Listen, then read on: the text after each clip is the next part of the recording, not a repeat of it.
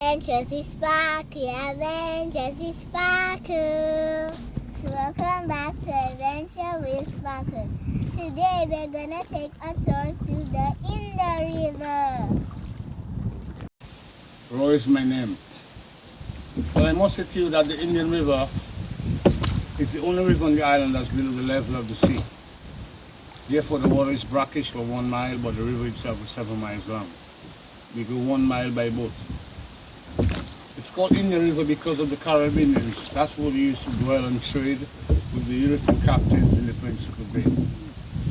They left the river in 1720 because of civilization, and now they live in the east of the island. The fishes use the river as a nursery. They come, they breed, they go back to the sea. Some of them use it as their new home.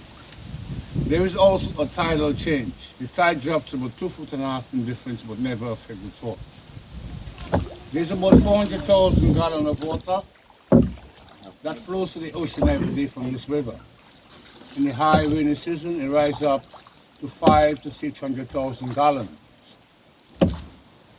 Yeah?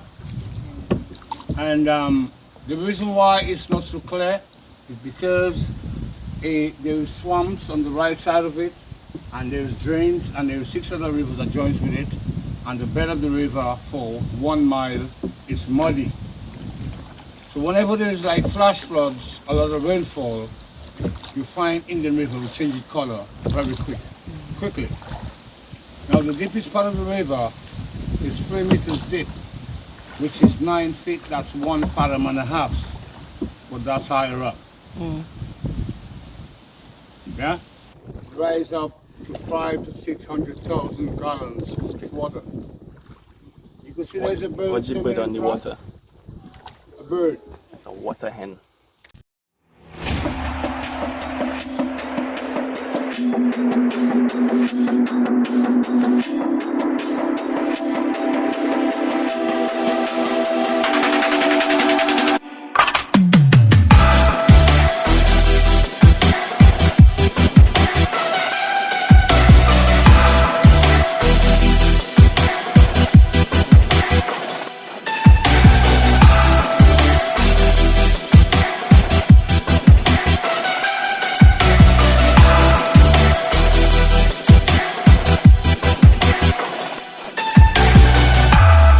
You see the little hut in the left?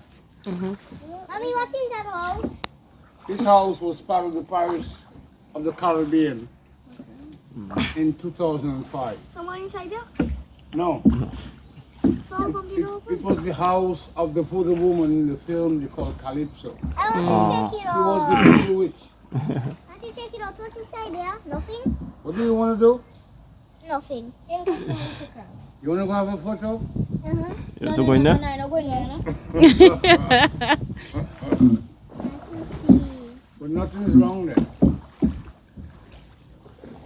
And you girls have a famous photo. That is flashlight. The plant you see on the left that look like the ropes are called crab liana. It's been used on the island for making baskets and hats. It's also been used as rope for tying whenever it's green. Flowers and the long leaves, locally it's called wild sugar cane. It's known as Rosal Reed. The capital of the island got its name from that plant in the 17th century from the French. The Carib Indians, they use the leaves to build straw houses, make baskets and hats. The stems have been used for spear fishing, building fences, also interior decoration.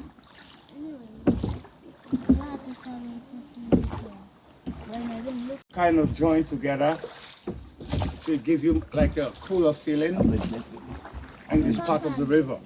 In other words, if there's things that you forget before you come to the river and things you forget in the days you've been living, this is the area where you could remember because of the tranquil in this part of the river. Okay? I want to tell you about those trees that you're seeing along the bank. Those trees are called the bloodwood. I want to tell you about this one in particular. You see there's like a drain between this tree. This tree had a piece attached to it. But because of lightning, it got burnt. And this tree, even though the middle of it got burnt, the outskirt will still stand up, so it will still come back to normal. And those are called the bloodwood tree, better known as the bois mang. And bois means wood, and mang means swamp, and that's clear language we speak on Dominica. And if you were to cut the tree now, you're going to see like a red sap falling. The Carib Indians, they use the sap to paint their faces and to design craft works. It's called the Pterocarpus officinalis in Latin. It's also the main plant that protects the bank from getting washed out by flash floods. That was built by the British in 1910. It got destroyed in 1979 by Hurricane David and was used to transport logs of wood and sugarcane. And I don't know, on the way down to the Indian River, I recognized there was a Ruby's gas station. This is where the mill for all that operation was located before. Over to your right, there is two different trees. One is kind of dead, and it's a mango tree. Yeah. It's a mango tree that was growing in the roots of the bloodwood tree. So this was a symbiotic relationship we had on the Indian River. But Hurricane Maria changed the whole process of it. As we go along, I'm going to show you the parasite relationship.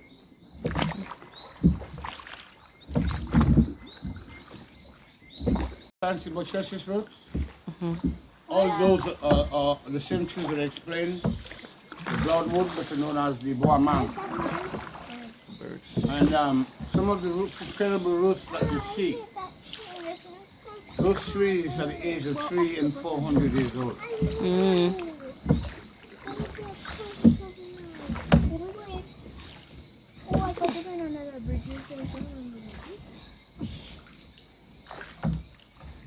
You saw the big one right in front of you? If you recognize there is a plant that's wrapping around it, like an octopus, that's the fig strangler. So that's a parasite plant. Eventually, that plant takes nutrients from the bois mang. So eventually, it's going to kill its host. But it doesn't destroy it because it's all nature design, and these are things that the people and the visitors, they want to see. The red flowers in front of us, called ginger lily. And we do have different species of ginger lily, of ginger in Dominica. Now as we go along, I pointed to you the different varieties as we see them. We have a small bouquet of bamboo on the right. But then most of that bamboo is not native to Dominica, it came from Malaysia. And it is one of the fastest growing species of plants in the grass family.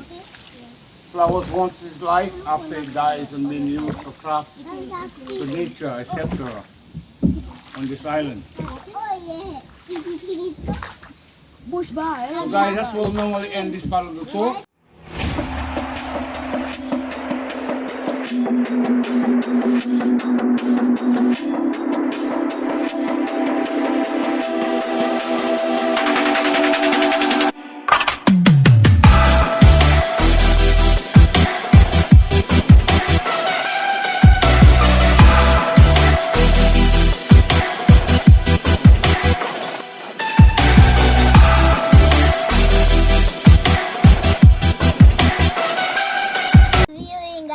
Don't forget to like and subscribe. Bye. Avengers is back. Avengers is back.